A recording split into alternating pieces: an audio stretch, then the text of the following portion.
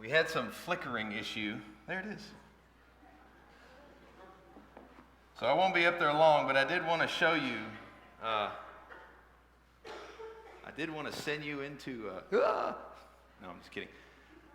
I did want to show you a couple of really fascinating examples of what happens when you only have half the story. So, if you could, check this out.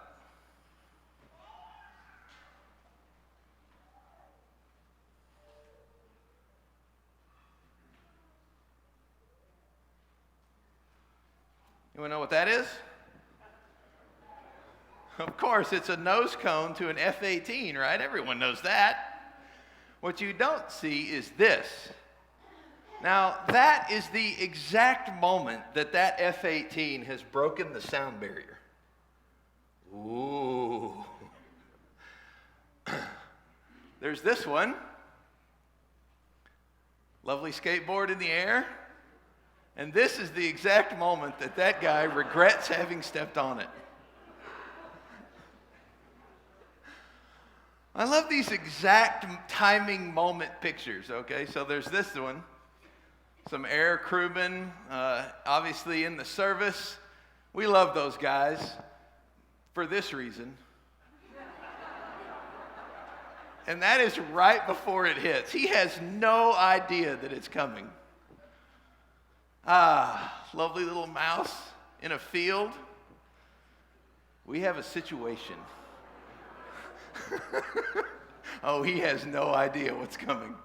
None. And we have this guy. You got any dog people here? You're going to love this. This is just wonderful.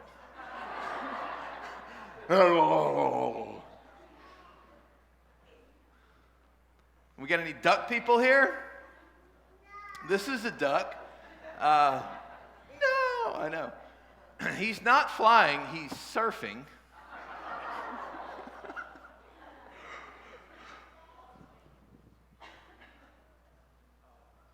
Right? You think it's going to be this beautiful thing, right? Oh, Lord, what? See, her head is all the way back. You can't even see it, and that's her foot coming up out of where her head should be. Now, that's not, like, edited in any way. They just happened to be in the exact right spot to take that picture when her head was all the way back. Odd.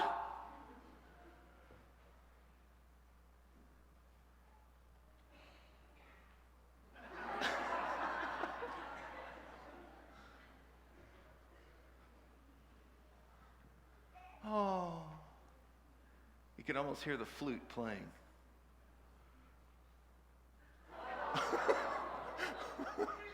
We've got a situation here.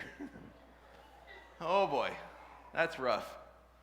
Now this is just a normal street, okay, until you realize something's wrong. Now that's really not a 200-foot bug, okay? It's on the windshield, right? It's on the windshield of the car that the person's inside taking a picture down the street. It's called a forced perspective. Hang on to that. We'll come back to that. Here's a lovely young lady chopping some vegetables in her kitchen who happens to be a centaur.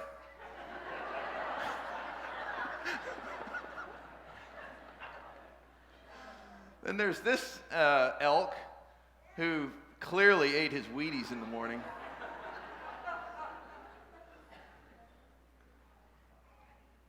There's this lady giving a speech on a platform on the beach, like you do.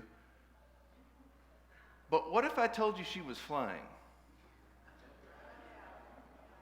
Now, she's not really flying. It's the shadow of a flag that's behind the photographer. But the way that it makes it seem, you look at it and you go, whoa, what? There's this guy landing on the moon. Then there's this guy playing with a new toy. And this one might be, oh no, this one's not my favorite yet, although this one's really good. Wedding day, right?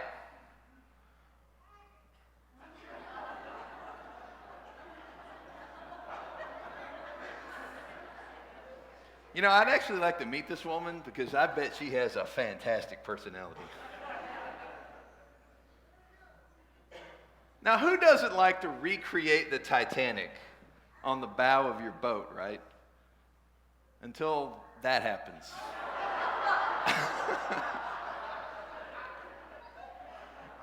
Yeah.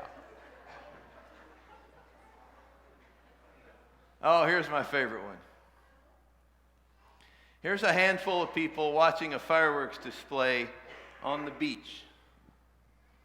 And yet, God is saying, oh, that's cute. You want to see a real fireworks display? Watch this.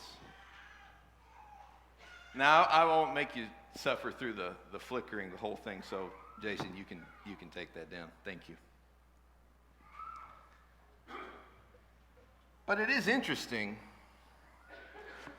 what happens when you only have half the story.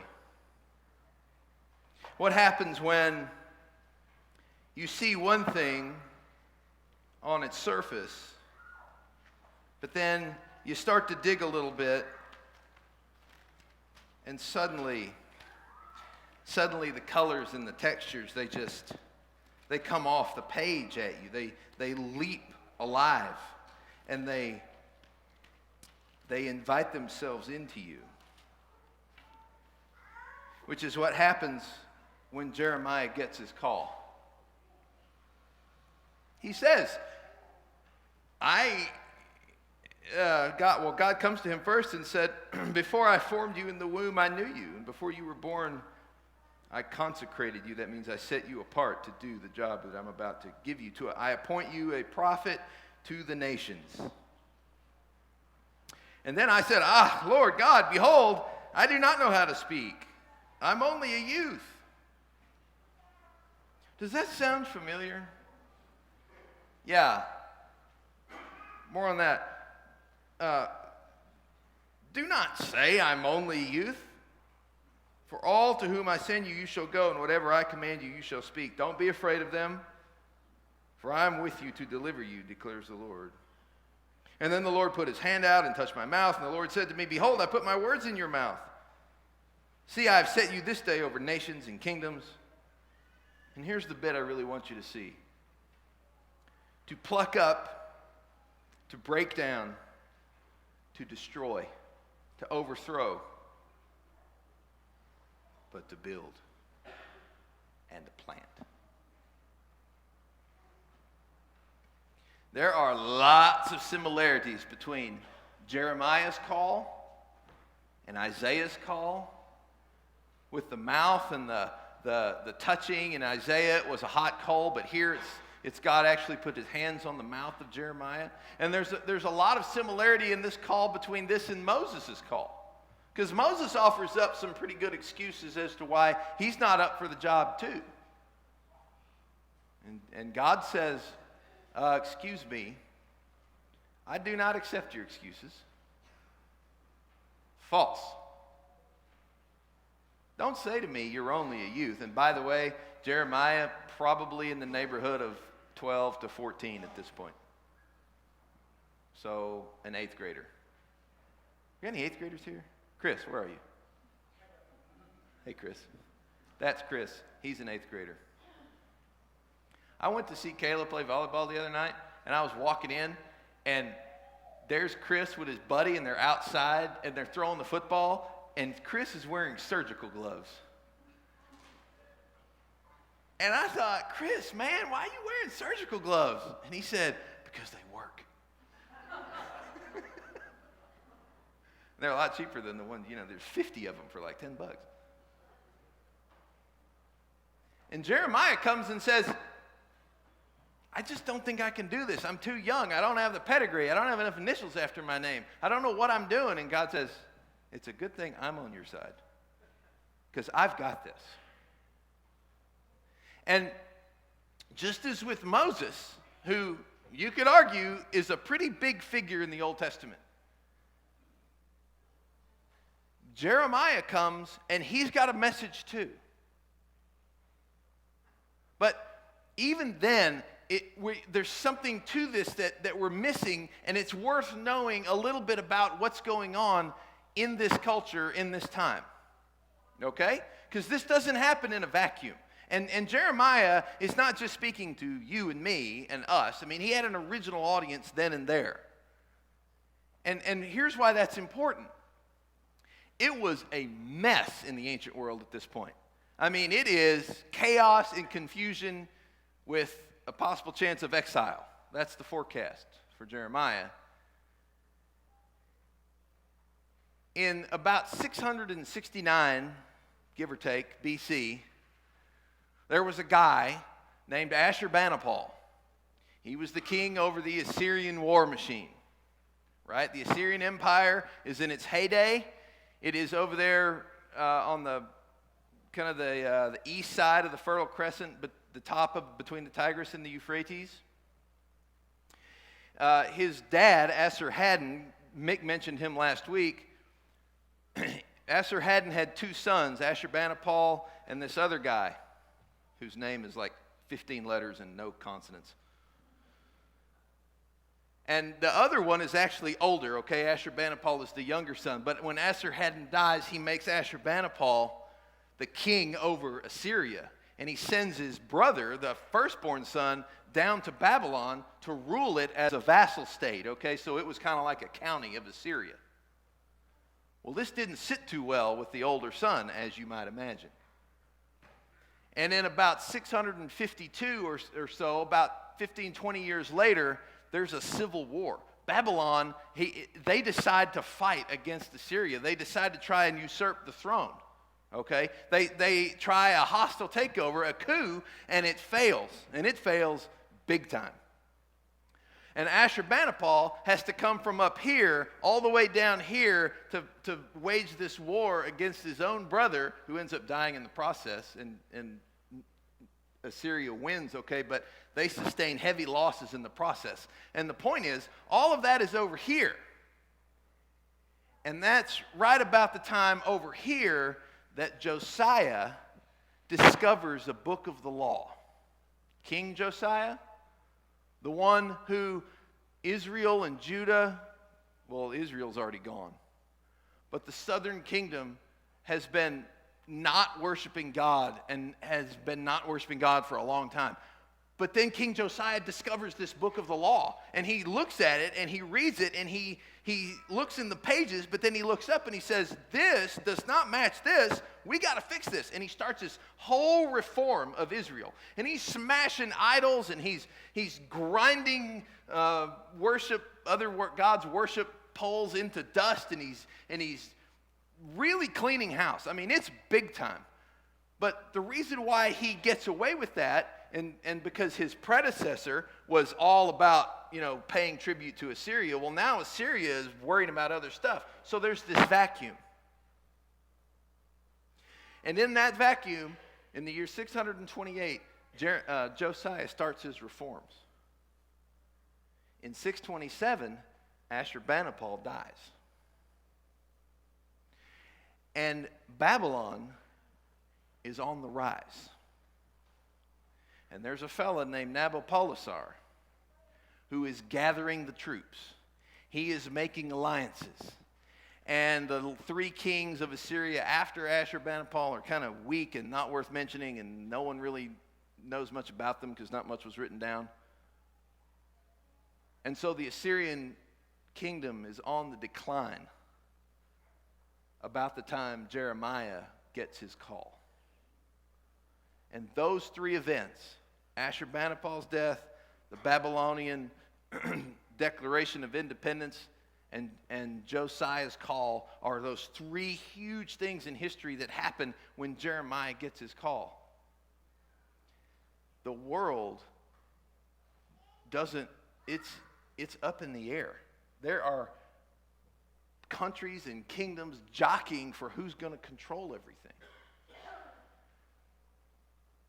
Now Babylon comes up and they start to invade. And Assyria is now on the run. And Egypt comes up from this way. And they decide that they're going to help Assyria, wink, wink, nod, nod, But it's really, they're trying to take control themselves. And they meet Babylon at this place called Carchemish. And on their way, Josiah goes out to intercept Egypt, and he gets killed. So now, Judah's in a real hurt. And this all happens within Jeremiah's reign. Not reign, prophetic ministry. I mean, this guy, let's talk about Jeremiah. What a tough assignment he has. It is brutal. When God says to him, I'm going to put my words in your mouth, and I'm going to tell you what to say, and they're not going to listen. I mean, I'm just telling you right now, they're not going to like what you have to say. And they're not going to like you. And they're going to take it out on you, and it's going to be hard. Yay. Doesn't that just instill you with energy? But Jeremiah's only got half the story. And the thing about prophets, be it Jeremiah, Isaiah, the 8th century prophets all the way down to Malachi, they always end in hope. They always end in hope. Which is why God says, I'm giving you words to tear down and destroy, but I'm also giving you words to build and to plant. Because Jeremiah's call and his mission was to speak what God gave him to speak. Okay? That was the job. But his ministry was to live it in the presence of the people. His job was to say the words, but his ministry, what gave it weight, was his living it out. And so we read words that are very much that are very much tearing down and destroying and plucking up and overthrowing. For long ago I broke your yoke and burst your bonds, but you said, I will not serve.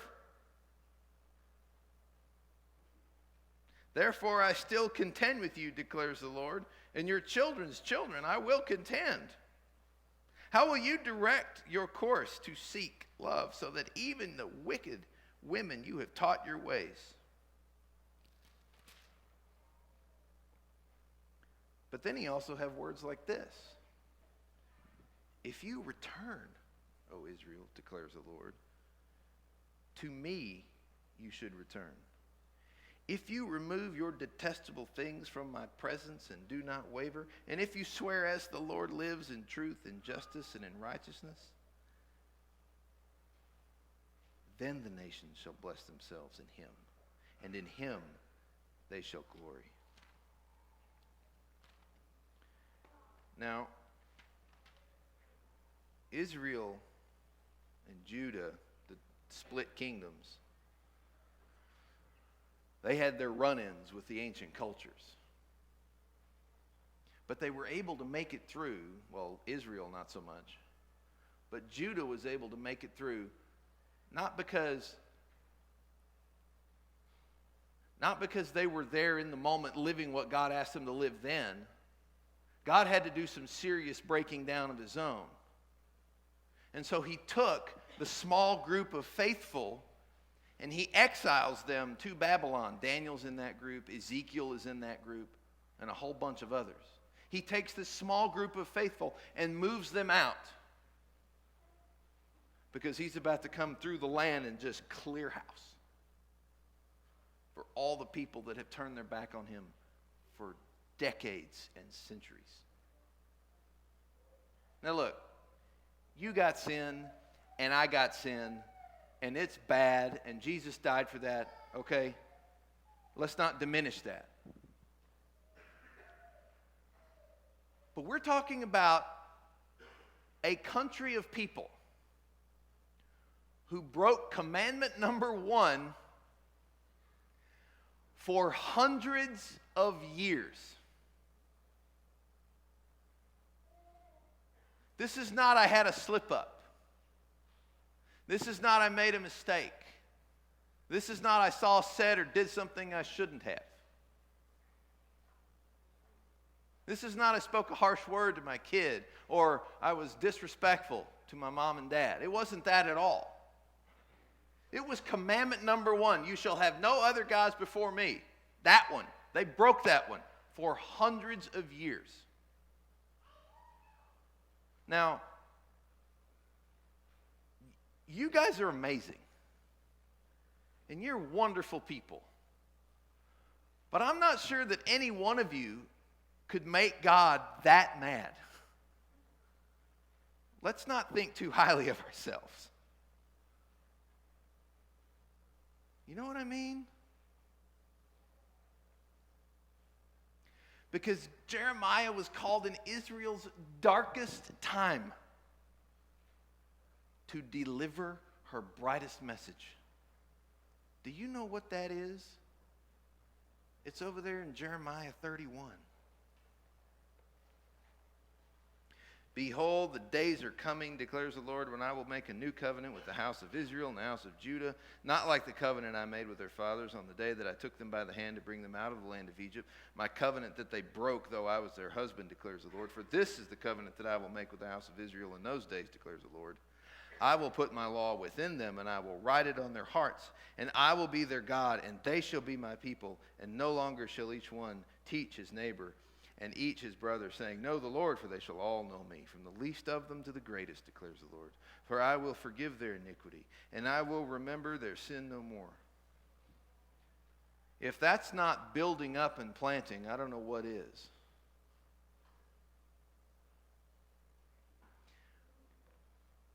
But one chapter later,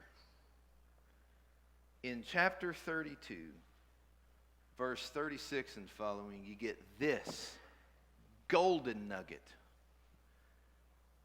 Now therefore, thus says the Lord, the God of Israel, concerning this city of which you say, it is given into the hand of the king of Babylon by sword, by famine, and by pestilence. Behold, I will gather them from all the countries to which I drove them in my anger, in my wrath, in my great indignation. I will bring them back to this place, and I will make them dwell in safety.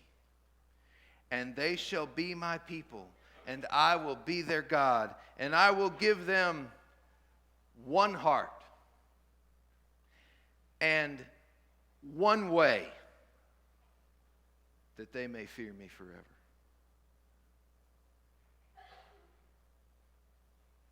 One heart. Not half the story. One heart. One way God will give his people.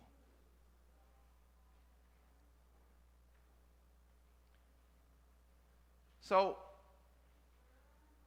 when you came here this morning,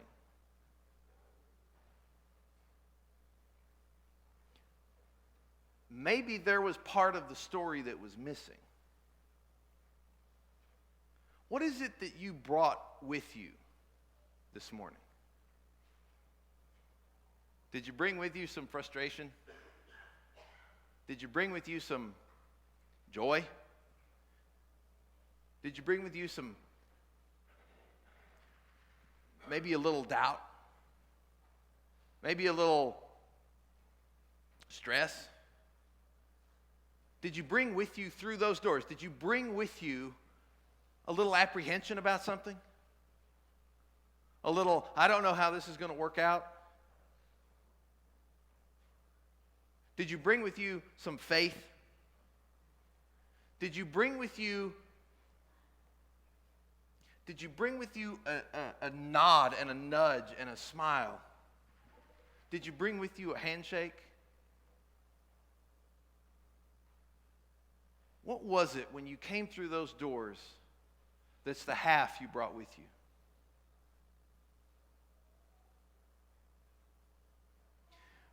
Because God is waiting to give you the other half.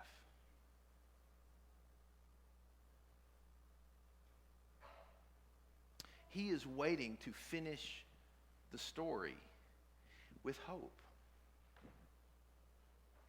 He's not interested in us just saying and living the words of destruction and darkness. That's not why Jesus came. That's not what the new covenant promises. And by the way, the covenant with Noah, the covenant with Abraham, the covenant with David, those are still in effect here. The reason why there's so much similarity in between Jeremiah's call and Moses' call is because that's the part of the covenant that's going to be built upon, fulfilled, subsumed. That's the part of the covenant that God has said, it used to be like this, and now it's going to be like this. That's the full story.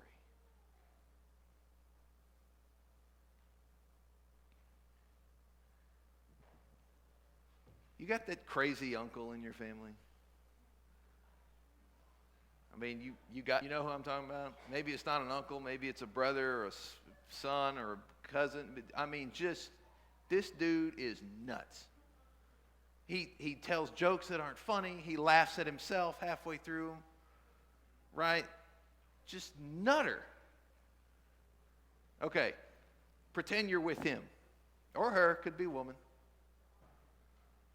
And it's December the 31st. And all your family's in town, including this crazy one.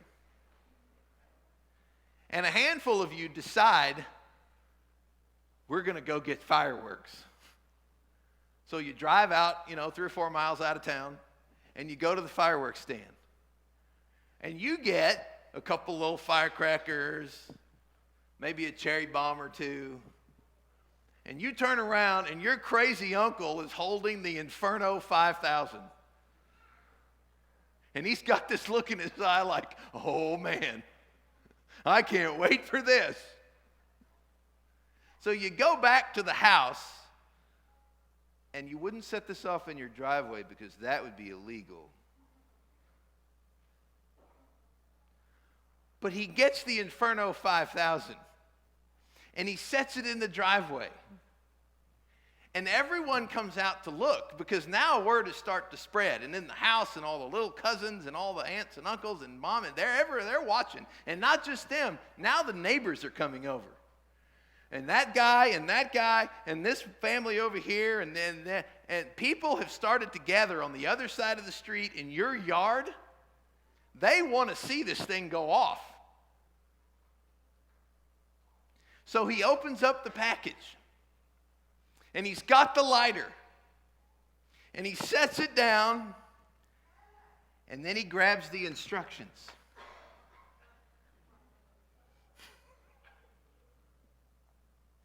And he reads. Now it says here, we're supposed to be 20 feet away. Okay, everybody back up. Okay, we're backing up. We're on to it. Please use proper eye protection. We need to get those goggles out of the garage. And so he goes and he finds 20 minutes later he comes back. Oh. Right? And then he goes to number 3 and number 4 and number 5. And suddenly we're 45 minutes later and we haven't lit anything and we're all standing around in the yard and he's still reading the instructions. And what do you want to say? Light the thing! Get on with it!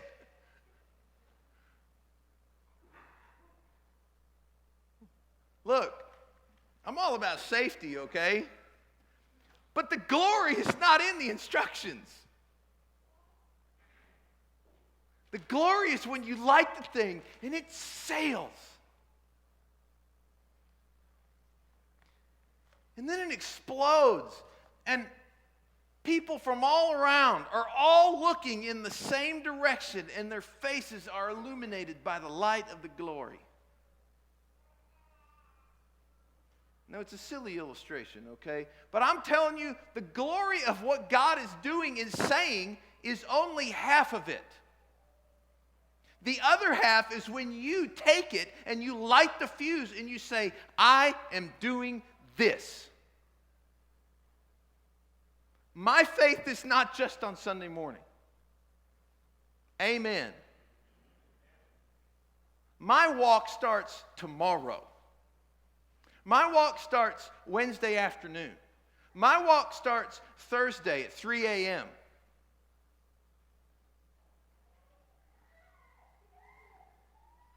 Because, see, there's glory coming. And Jeremiah, oh, he's got a tough assignment. And what he wants most of all, he doesn't care about comfort. He knows he's going to be unpopular. He's got that. He's okay with that. What he wants most of all is for people to just see the glory.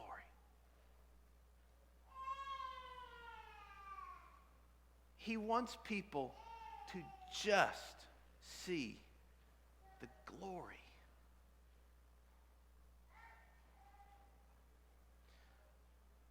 And it's ironic that I showed you that picture of the fireworks earlier, because even in the Inferno 5000, lighting up the night, God looks at that and says, oh, that's wonderful. And then he blasts a thunderstorm behind you and says, you feel that? You hear that? That's where I want you to live. I don't know what half you brought with you this morning. You might feel like the bird. And there's a rattlesnake behind you, and it is in mid-flight. And you're at that moment when you've just seen it, but you can't fly away. We have a situation. You might be taking a seagull in the face. You might be up in the air, landing on your face when the skateboard is over here.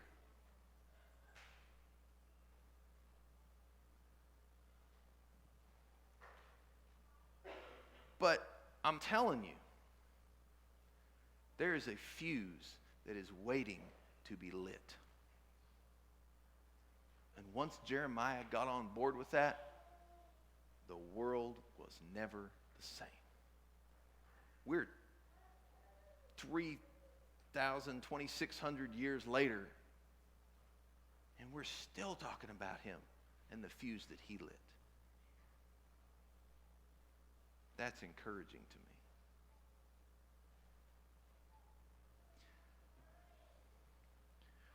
Look,